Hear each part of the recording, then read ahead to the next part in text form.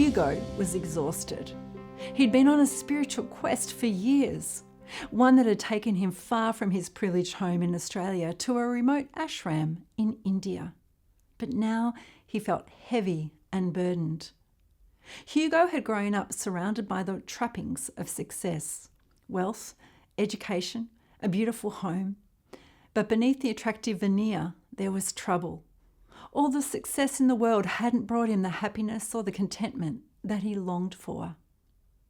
His journey had begun in a yoga studio and eventually led him to India, where he left his job for a 6-month retreat.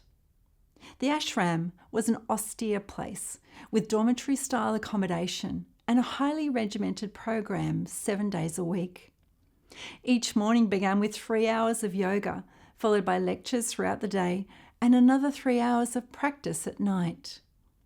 During his stay, Hugo experienced moments of breakthrough, spiritual encounters that gave him fleeting glimpses of the peace that he was seeking. But it wasn't sustainable. By the end of the 6 months, Hugo was emotionally and physically spent. When he returned home, he was drained and suffering from anxiety. No matter what he tried, the weight wouldn't lift. Then one night, Hugo had a dream.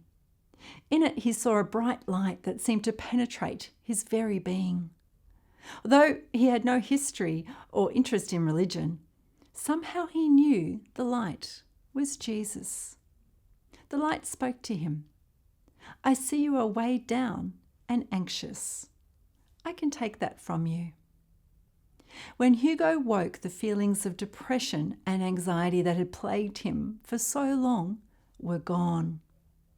In their place was a deep sense of peace and freedom that filled his heart. Hugo was overwhelmed by the change.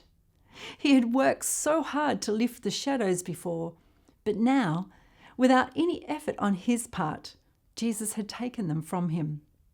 For Hugo, it was a gift that was freely given. He hadn't done anything to earn it, yet he knew he was deeply loved.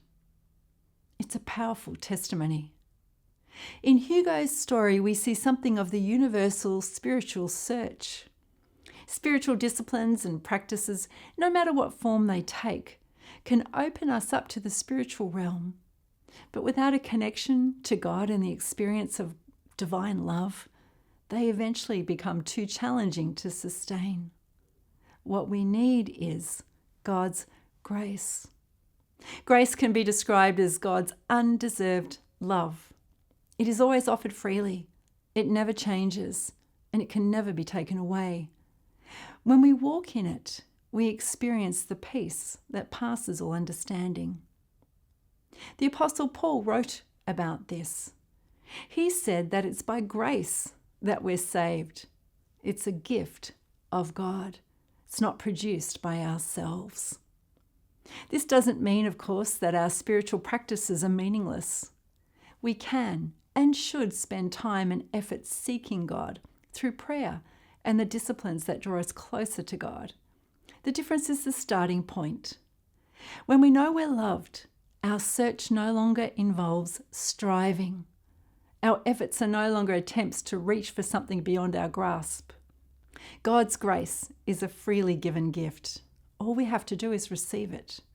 And like Hugo, when we do, we can experience the freedom and peace that God's grace can only bring. Thanks for listening to Everyday God Conversations today. It's been so good to have you with us.